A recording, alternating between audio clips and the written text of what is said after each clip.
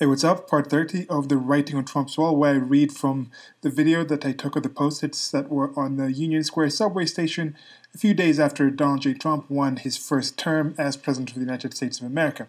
And I keep in mind that people literally mean things figuratively, so I read these and think, what do they literally write? And then what is the figurative meaning to them? And to me, I mean, to them, okay, it's subjective, whatever. So getting into it now.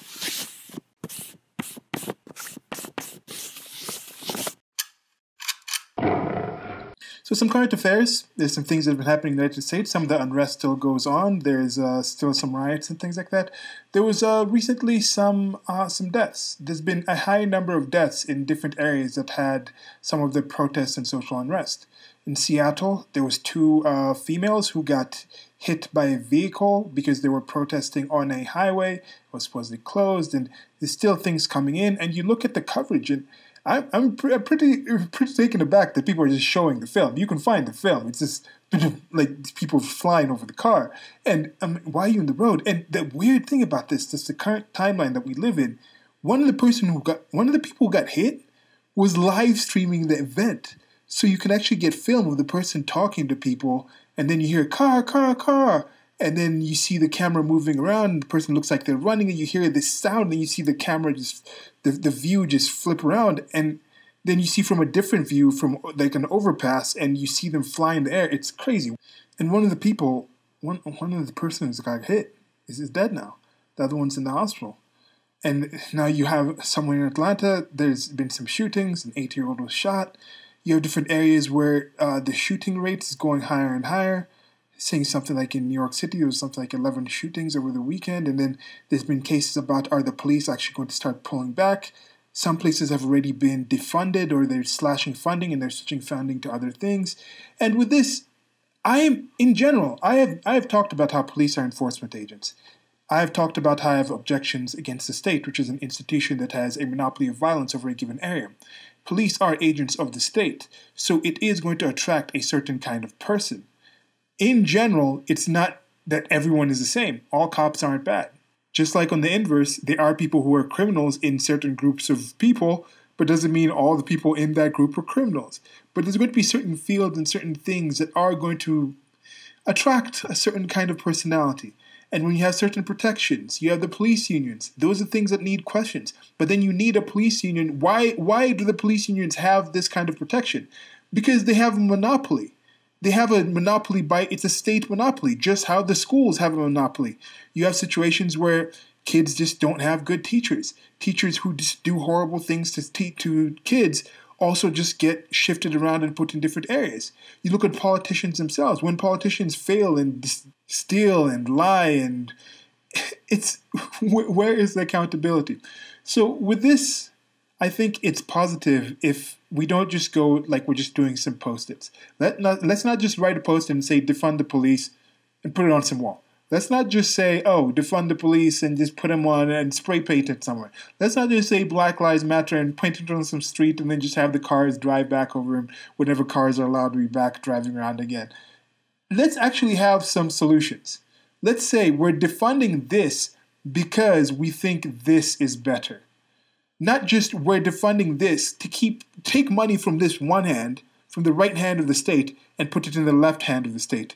Because there's this perception that the police are more towards the right politically, and they're moving to the left to social workers and things like this. Like, is that really going to be the solution? Is that really going to solve stuff? Now, I've talked about the current unrest, and I think a lot of this is due to the COVID thing, and on top of that, it's due to it being election season. Some people are using some of this unrest and some of these issues in order to score points against Trump. But Trump is still going to win this. From what I saw with his 4th of July speech at the supposed white supremacists, according to, or what is this? White supremacists are just racist, according to like the actual DNC who sent a tweet out, which their tweet of sending that out and deleting it completely nullified any effect of Trump's earlier tweet of tweeting out his supporter who said white power, white supremacy or something. I think it's white power, something like that in something, and then he deleted that tweet. So these things even out. Once Trump actually gets out there, it's Joe Biden. That's the thing.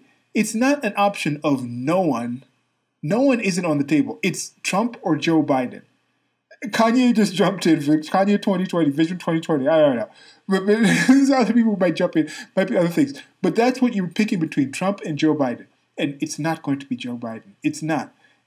Yes, he hasn't picked a VP yet. Have a separate video on that. And I probably mentioned that before in these current affairs type of thing. But a vice president pick, it cannot make you win the election. I think it can lose an election for you, but it's not going to put you over the top. And it's Joe Biden. It's Joe Biden. And many people have said this. If Joe Biden gets elected, he's probably not going to make it through just because of his health issues.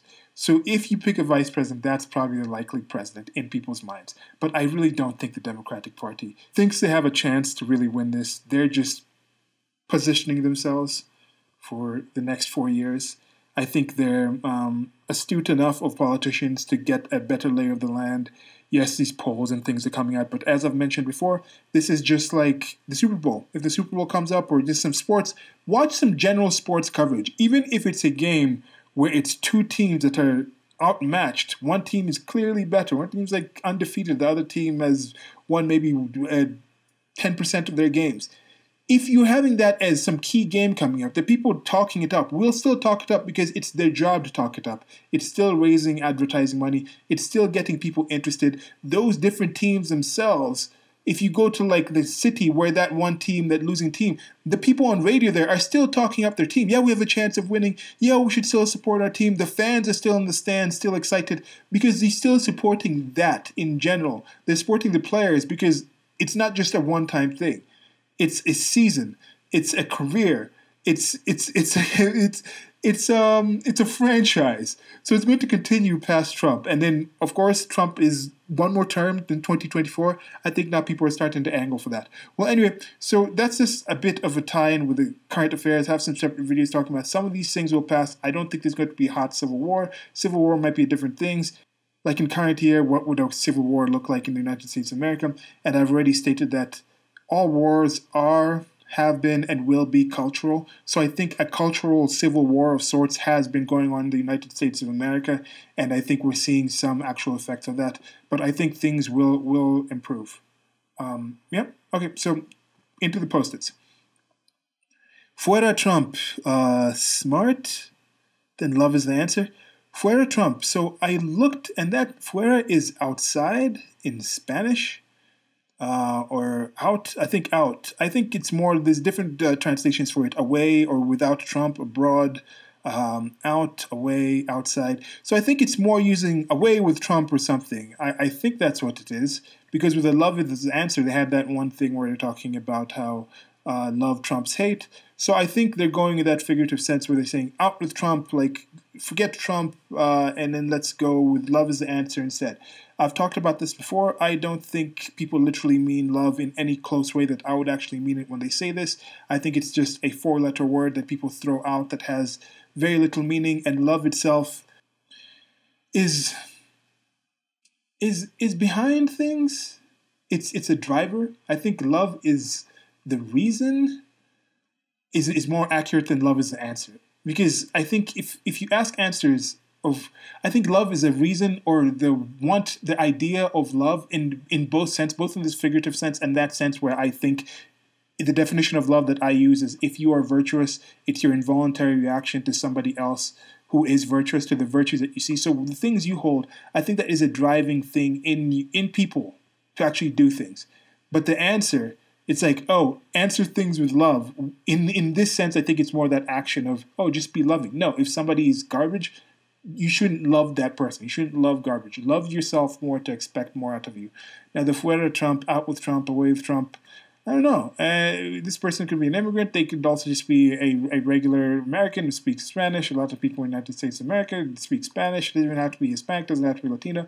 So, no, he's not out. But as it's seen, as we saw from the start, even before he was actually sworn in, people already wanted him out. And that continued. And I think this person, I don't know, they might feel the same. They might change. I've seen some studies, some numbers saying that the numbers within the Latino community are not really are pretty much turning out to be similar to what they were in the last election. And again, I'm still confident right now as I'm recording this, 99.5% chance. Well, 99.5, well, 95% chance Trump's going to win. Okay, so on to the next one. Love, something, that looks like chop, but I don't think it's chop. Love, hate, beats hate, begets hate. Love, something, something, something. So again, my frustration and apologies for this whole thing. Just the love and the hate and these things being thrown around. That literally means figuratively. In the United States of America, poverty doesn't mean the same thing as it does to most of the world. Love doesn't mean the same thing. Hate doesn't mean the same thing. America doesn't mean the same thing as it does to most of the people, to Americans. Words kind of change, but I think there is a very diluted, manufactured, artificial sort of form of existence that some people, I think it's part of that American dream that I'm not against. And I guess this is also part of the American dream kind of thing, where in dreams, I don't know, do you read in your dreams? Yeah, I double checked. You don't actually read. It's more when you're dreaming, even if you picked up a book or you saw a sign and you think you're actually reading, it isn't the actual action of reading. I think it goes further where I can't remember actually opening some book in a dream and actually seeing words and it's even if you think that's happening, it's more projection. And I think this is what happens with this. Like, listen, people just projecting words out. And these things where it's like, okay, this blurry set of words that seem to make some sense, and then I look at them and I can't really actually make sense of them, and then put them out, and then you just kind of project your meaning on those words. And this isn't making that much sense, but the post-it isn't making that much sense either. So maybe this is a good enough actual encapsulation of what that post-it is. Moving on to the next one. We look stupid. So this is, who do they define as we here? Because in this case, maybe they're talking to their in-group here. Because there's a vast group of people in the United States of America who clearly voted for Trump and support them and don't give two damns if they look stupid. And we look stupid to who? Why should we care? First of all, yeah, okay, so who is the we here? Let's say it's the person's in-group, not just all Americans, because we already talked about there's some Americans who voted for him and said, we don't care, we like him, we voted for him. So let's talk about the people who didn't actually vote for him. They're saying we look stupid for that. Why should you care about looking stupid to who? To people outside of the United States of America? To other people in the United States of America? Why should you value the opinion of somebody else who will judge you personally as a group for looking stupid for what you personally did not do? If you didn't vote for Trump, then why should you care? If somebody's going to just lump you in because they think Trump is stupid, they think voting for that man is stupid, you didn't vote for that man, and they still consider you stupid, then I think that's a stupid thing to care about.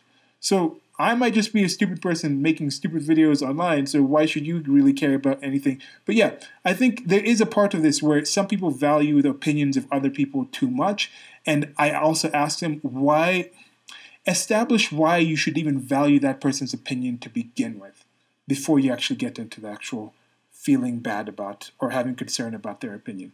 Moving on to the next one. Be kind, keep going. Yeah, being kind in general is good. I think if you meet somebody, you be kind, even if you have these disagreements. I think there's kind ways to do it, and that is one thing. Trump does come off a lot meaner than most politicians. There's normally things where there's sometimes I'm like, yeah, that is kind of mean, and it's. I don't really find him starting things too much, and people have that gripe against him. Oh, he's not presidential because he acts in certain ways. But then politicians will still do things. I am more concerned about the actions that the person has. You can be mean, but the actions that people actually do is more important as a politician. When it comes to him having that rhetoric and him going back and snapping back at people who come at him, and you look at even just the general way the media treats him, it's an antagonistic relationship that has been built up, and that definitely has grown. I think that meanness, canceling people, saying you're stupid, saying you're racist, trying to get into people's faces, that has increased a bit. I think we could do with more kindness and more conversation, but that should be something where it's like, if you just meet somebody, You be kind. If you can keep going, you don't really have to sit by and get into the back and forth. But I think it's good to engage in a kind way so we can keep going forward together, if that makes any sense. And then let's just get to the last one here. Let's see. I support LGBTQ plus. Yeah, okay. Me too. I don't really see a problem with this.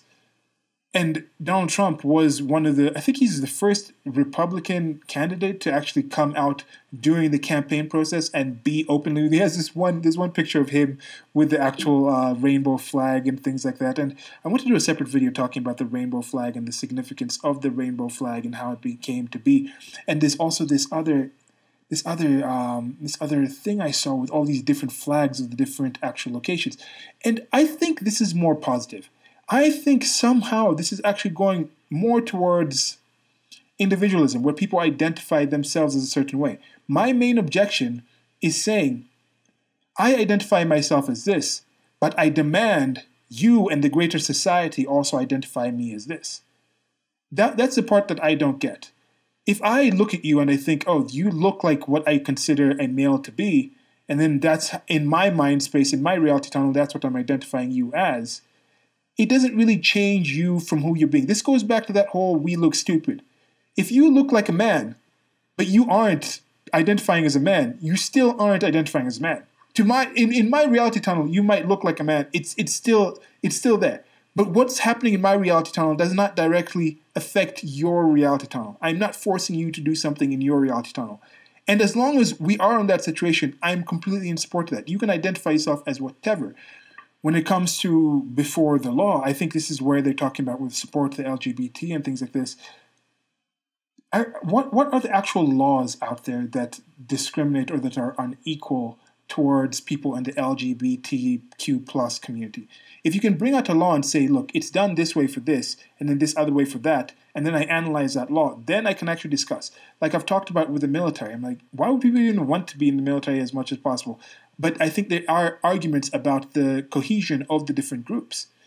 In greater society, when it comes to things like marriage laws, I think the state should remove itself from all marriage laws. It should just be legal. It shouldn't be legal or illegal. It shouldn't even be a thing of law. We already have general guidelines about entering contracts. It's just a contract. Just let people contract and get into these relationships with each other. Between the 2, 3, or however many people and the family and any concerned parties, just sign a contract and get into that. Even if you're not signing a contract, just get into some kind of agreement. I don't think the government should be involved in this. So I do support LGBTQ+. Now, with these ones, it comes down to the actual specifics, because I am also for discrimination. Because if somebody is LGBTQ and then they find somebody who is bigoted towards these people, they find somebody who says, because you're gay, I don't like you. I don't like this kind of person. I think these people are evil and they're spreading darkness into the world. And you have a store. I don't think you as a gay couple should be forced to serve this person because they hold that. You should be allowed to be like, I'm going to decide not to do business with you, not to enter any kind of contract with you, even if it's an unspoken contract of letting you enter my store and having me provide a service to you due to your actual belief system. Now, if this person wants to be kind and go forward and actually have some kind of conversation with them, then I think that might be positive. But then also love is not the answer in this situation. This person shouldn't be made to actually love this person because this person might be a truly hateful person. So that's it for now. Like, share, and subscribe. I'm thinking with this series, I might get up to 45 of them. I don't know if we have enough weeks left to the actual November 3rd day for me to get 45 if I do one more week. We're on 30, it's 15 weeks. Yeah, I think we might actually get up. We might actually get to around 45 right at the end of it. So I think I'll aim for 45 more. Right now, this series doesn't get that many views when I do post these compared to the other videos. But I'll try keeping it up because I think it makes me think through some things. But like, share, subscribe. Appreciate you taking your time to listen to this. I do think this has been a bit more of a confused, unplanned one compared to the others. But try to do better next time. Till that time, goodbye.